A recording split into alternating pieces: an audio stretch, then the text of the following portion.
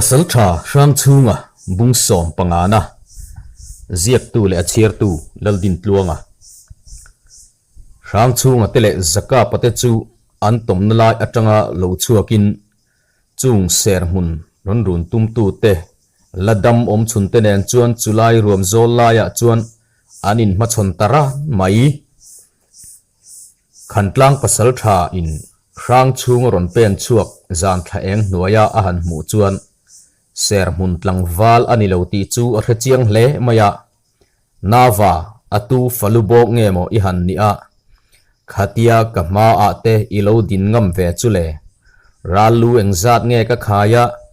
kho engzat nge ka tlom to ti hi chu hriala zong thing thi in ngai dam midil nge yang le a han ti khar khar maya rang chunga chuan i ralu khai zat le i kholo tlom to zat a hi he kanin beina tura hian ke lo riat ve kher angai lo ve khantlang pasal tha chu angam lo tungin pial ral aloi ta ti hian zanina tang hian i chan chin hi an soi luai don ani hi tam ne awanga ma ningam zong khua te chunga theina ti lan vak hi lusei pasal tha te ti dan tur ani ngai lo ve ti pa chuan asami matanga milulak chem phoi chu arwal nga la chu khantlang pasal tha chuan ama alo ding a chu achet ziale atong kam han man dana chuan mi mai ani lo ti chu a khechiang hle maya ma se chu tiang ani wanga hanjam chiat chu atum lo hle mai chulai ruam mun zol chete lo om thla engina alo chun en rai noya chuan chung pasal tha pani te chu milulak chem hum ran chung chuan anin ve ta theu mai le khantlang pasal tha chu rang zeta lo dok chuak ngal zokin zakau zok chuan rang chunga chu han vai zok maya ma se no pan lai atanga khom ma chem manga insual lo zir akhing puita che dan tur lo ngai tu thiam em thin tan chuan chu tiang chem vai satia zong buaina khop atling lo ania nge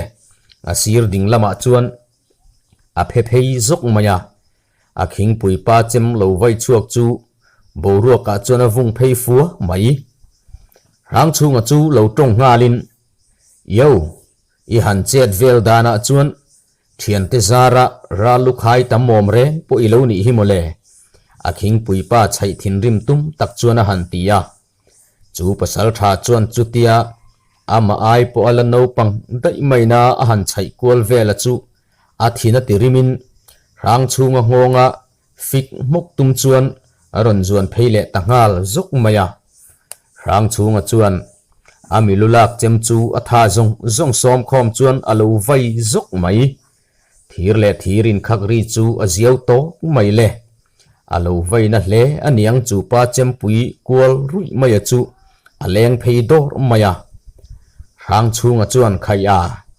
khatia iman ruwa i thau zungin rang chunga lu hi ila theinang le i chem pui so wa char le te khai chu ti ni lo zungin khantlang pasal tha in buat pui pasal tha chu kut longin ama chon ti in ka chan chin te hi an soi lo da ange oki niam rui chuana han tia chu pasal tha chu chutia chem pui thau a han char le tur chu tloma alaril ru hle maya ama se ama pasal thadinga chu bei ala du ani chuan a chem thau chu charangai ni ti hria in du than tur dang nei ngal hek lo le a chem pui lo let bal chu han char le a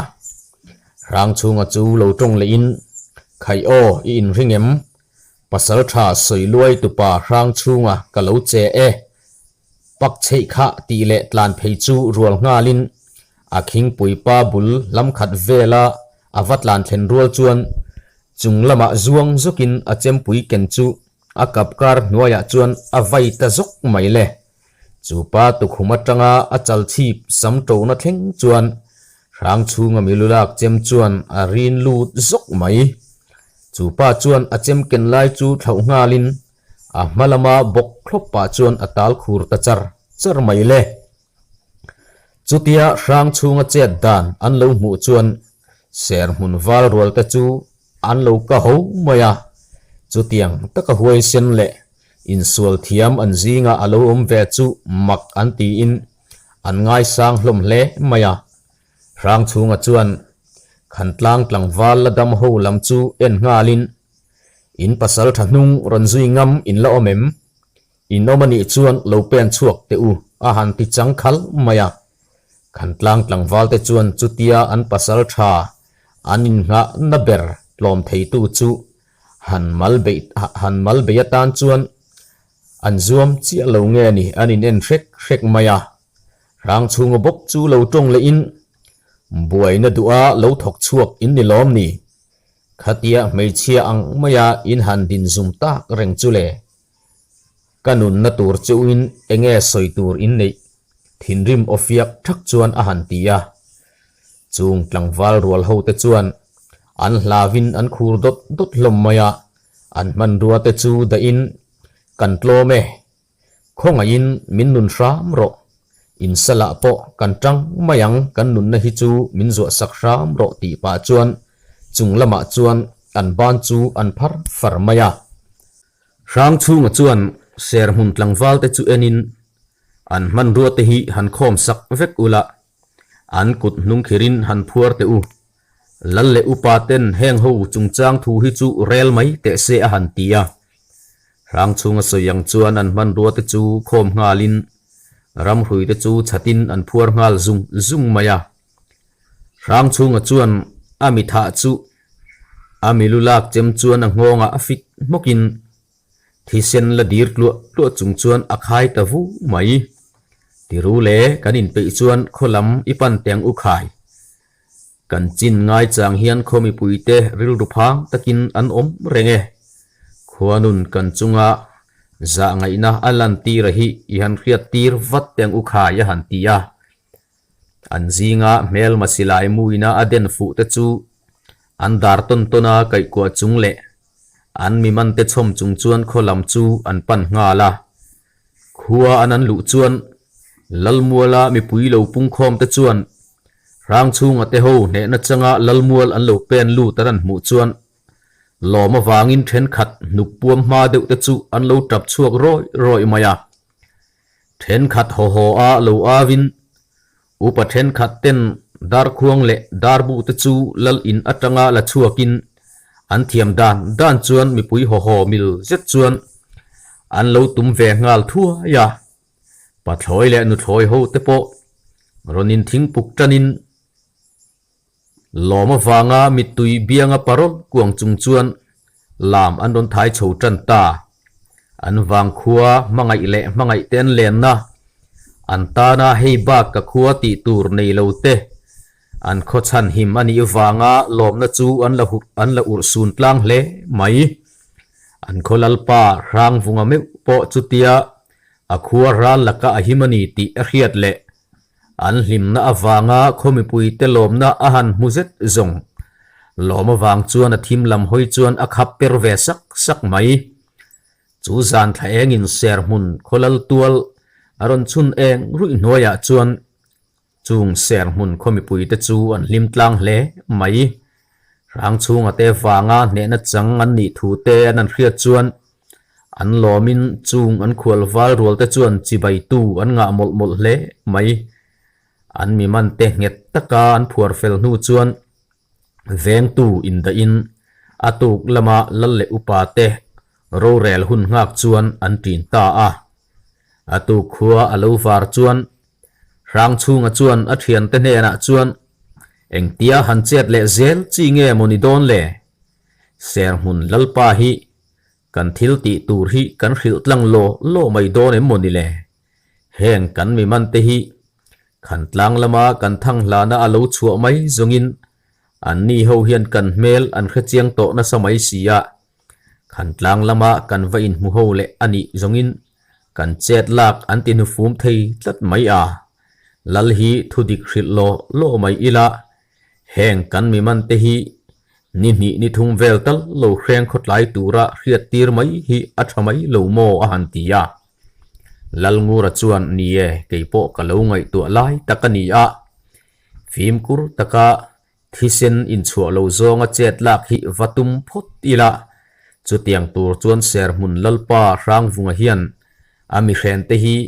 kanin pe chu ma chu local phot tura hril mai hi afin thlak karing khop mai alo ti ve a an thu ain mu tlan nu chuan helai thleng an kal chan dik tak chu ser mun lalpa hril tur chuan lalin chu an panta a lalin chung an han lut chu lal rang vunga chuan a khwal wal thlen te chu lo chhon vatin e khaya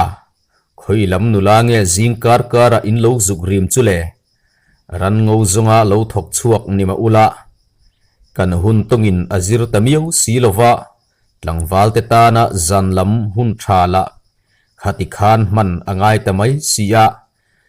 ka khuwa hian mel du zong deute in nei te ani zongin palai ka chu ania nui vun chung chuana hantia lalngu ra chuan e khai ser mun lalpa le akhomi te zet chu in tuitlanin azir nge ani nula mai tlang thatak tak kan zuk mu teu mai hei kan thian pa zaka pa phei hi chuan bok the kho hial ania adu to ni nui sang chung chuana hantia lalpa chu lo tongin ka khonula te zinga mel du in nei ani ngat zongin in nu pui man tur chu katum nge yang le sial so man phut le sial som ka pe mayanga hetianga ka khomin chan him sak tu pasal tha te laka hian enge kan han ui chuangang le fiam thuti tak angreng tak chuana han tia rang chunga chuan okiniam rui chuan lalpa hei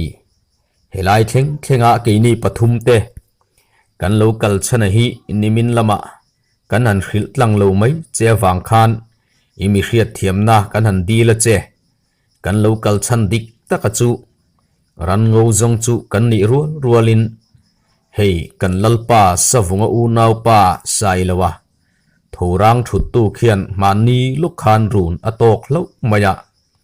chuta chuan anupui lalni pui chu sala manin khantlang lal hian a kol tlat maya chumila chuak tura lo thok chuak chu kan ni hetia khantlang mi then khatte ikuta an han omta ka chuan keini hi ngo rengin khantlang va pan ngot ila imi hren te hi kan thang hlana i lo chhuwa mai chuan kan chet lak na tura hian kan kong min dal thei dom tlata hriat na te kan han neya chumi wang chuan heng imi hren te hi ni thum chung tal min lo hren be sak turin kan han ngen ngot che ni a han tia rang vunga chuan alo ni tak chu a savunga khua le tuite kan ni tia in han in soi khan kalorin ruk deuh re cheuania in mingen na chu thilti lotin harsalo takani chu atula ni le heng kan mi hren te hi chu an lu salam kan moi tir to anga ani mai lom in vakal na tura chuan mi mamo na te in nei ani ve ngai chuan min don pun hre reng suang chu khoi in thenom lok po ni ila an chet dan ni nom zet hi ka kham ria wania hantia rang chunga chuan ni lalpa enge kan va an don tu ma hriat vanisu pui kan ngai ani zongin itan pui na hi kan don dil nge yang hetia kan va thang hlan hian i khua hi uluk theyang berin itlang walte kar ni khat chung chu event ti ri don nia an mi te chin chang hretur hian an don thok chuak le har top lawang a han tia lalpa chuan phim khure a hei tlang au pa po veng monga tanga tu ma ram kal lo tura au turin akal kha khan tlang ho chu lo thok te se a che chezo ka tan zong ka tum hau lawang le a han tia tu thuan ten bar zo nu chuan rang chung ate chuan khan tlang lampanin ser mun chu an chua san le ta a man mo lutuk lo ani boka ti rang vor pa chuan khan tlang an thlen huna an chet lak dan tur ta chu soin eng titia khan tlang lalpa hian lalnu ni pui hi kol dai nge ani ti te chu an rin dan te chu an soi miala reife an kal nu chuan luite pakhat hi an po hlol maya chuta chuan cholin an thlan te chu an han in phi daya rei moi tok an chol nu chuan khan tlang lampan chuan an kal le tapar para zan ria chum hun om vela chuan khodai chu an thleng ta hlol mai amania an mel lo mu to tu te an oma wang chuan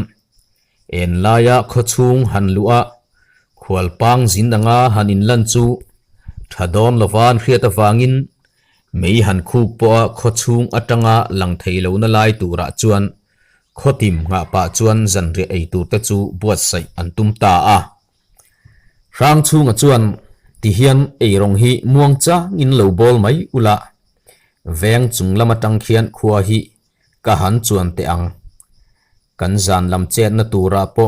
engamo ti tala tangkai tak mielin na han tia lalngur chuan han chuan takte khai ma sei han phim khurdonia hei sangal sarep ser mun lalpai na min pai hi kan lo siamange a han tia rang chunga chu tho chuak ngalin phim khur tak chung chuan kholulam chu apan chho ngal thuaya khodai bul lok thingkung pakhata chuan lonin khuwa chu a han thira lal in ninge tur mual zau ang reng tak bula in pa ngai aya lian chu thir bingin chet lak dan te chu angai to zung maya mi ring chetla le in tin deuh tho a mu theya piang te chu en chi kin dai atanga lu chuana lai tur te thleng chuan a thlek kwal ngun hle maya chu te rei fe a thlek kwal nu chuan an tom na lam chu apan le ta a an tom na lai azuk khen thlak nu chuan engoma soin zan ria te chu an bar zui ta nga la bak chelen hun om vela chuan sangar ar la tur ang maya thom nei lo chuan an tol chho tan ta riau mai le dai ta manan thlen chho nu chuan rang chunga chuan ti hian khothim chian chel chol hi ngak ta phok tila chumi nuwa lalin nuai lama huan kanin tol lu to mai aniang chu engemo thil thuwa kan hriam te man ngal mai thei turin in rin tlan angai ani thisen nin chu lo zonga kanin la theyani lo zongin chung ba ka du thu sama om ho lowanga han tia khuwa alo thim chian deuh nu chuan chung pasal tha pathum te chu amal mala thok chuakin phim khur theyang ber chuan lalin hnuaya chuan an tol lu ta zal loma lalin chung lama chuan ser mun chan chin soin lal le upaho chu an lo ti lai maya ser mun khuwa englai ma a an ma ni ngam ngai lovin an ko pasal tha te an lo thatin an tlangwal then khat te an hreng ani ti an lo hriat to awang chuan an thin chu arim tlang hle maya an tlangwal ten ser mun khotual mi nia an hriat lo mi khual lo in rol ve thu an soi te chu atu khuwa tenge ni anga ti te chu an rin dan an soi lai maya chuta lalin chunga tang chuan nuting pakhat chuan oi ngoi te u zan re ei kham khan ka dai leng lo ngut maya ati chi don lo top mai han tia lalin chunga pakhat chu lo tongin olsam tak mai chuan kha kan salman ni pui kha va in hruai tir te zan lai ate khan i dai leng hruai tur che khan mi te kha ikai thole ngutange ka tho don to mi alonia a han tia lalina lo om ho chuan nui dara reilo te nuwa chuan nutling pani te chu thing thuling then chung chuan lalina tang chuan an lo chuak nga la dai lam chu an pan nga thuaya rang chung ate ho chu in ron tlang angai lo hle mai thuin huzet chung chuan chung nutling pani te liam na lama chuan rang tak chuan an liam ve nga thuaya thing thu lo lin det vat na lai an va thlen chuan rang chunga chuan a thian te chu tlang sam kara lo tomri tur chuan a han ti nga la rang chunga bok chuan a o chu a han thian khara kha dai leng in omelo in pia lama khan ka lo thu ve mai ange ti pa chuan chung nit nuting dai leng a lo thu te kal pel tum o tak chuan chung nuting pani te omna lam chu apan nga la nu pakhat chu lo tongin ome eng titia mei che dai len na lama dai leng tur lo kal nge mo i han ni chule ข้าลายเปียเดวะคันวัตถุเวไม่รอทิ้งทูตัลเตโปเกนตูระล้อมหันตียาร่างชูงจวนเนี่ยกับปูตีนักหันจวงไกโดในกติยากับปุ่มอันวมลวินเฮลายมุนฮีกรอนปันงดมายันีหันตียาอันบุลละจุกเห็นจวนอาเจมปุยจุพอรินอินโออินชูอันนี้จวนอินลูฮีกตันงาหลังตีเรียงเจูรังตักขันมินซุยงาลอุละตีนัดเจูฮีกตุมลวันยาอินเตชัวกันนี้จงอินลูบุงอินเล็ดงาหลังอทุ่มจอยสับจวนหันตียาจุงไม่เชปันนี้แต่จวนขันตลางมีเลสานียอันเรียดอันมานีลูเบตูจูขันตลางมีเลสานิลวินราลนีติอันนั้นเรียดจวนอันลาวินหันเอาชัวไม่จวนดูวิวมายามาเซอัตไลมันลัดไม่ร่างชูงจูอันบุลาดิงินอินรอนซุยโดนเงอินลูฮีก็ตันสักงาลโดนเจอุตีอินอาหันวซุยเละงาละนุปขัดจอกจวนอาเองจุงเงอิดัวขัดยามินหันวงดสุเลเฮโคลลนูฮีกันนีติอิเขลเวมนีอิทิลติปอยตูรเซียฮีอิงไอตัวพะโลอันนี้ค่ะอาหันตียาร่างชูงจวนจูนูสมาทามเลงงาเจมปุยจุกตัวจูรัวงาลินเฟียมถูกระโถเอโมอิตียนยังเงไม่เชอมเนมจอกปอนีละกะเจมปุยเฮียนไม่เชี่ยและมีป่าอะไรครั้งมีอลวันยาถ้าใจมินรอนซุยโดนเงอีรอกคุยฮีกะใจจัดงาลโดนอทุ่มจอยรุ่ยจวนหันติเลอะจูนูจวนจุดยาอันเมลเรียดลวินาอังงเจมปุยหันจุกตัวจูป้าทุสยตังจวนอาลูจูอตันสักดุตักโดนนีติอาเรียดจวน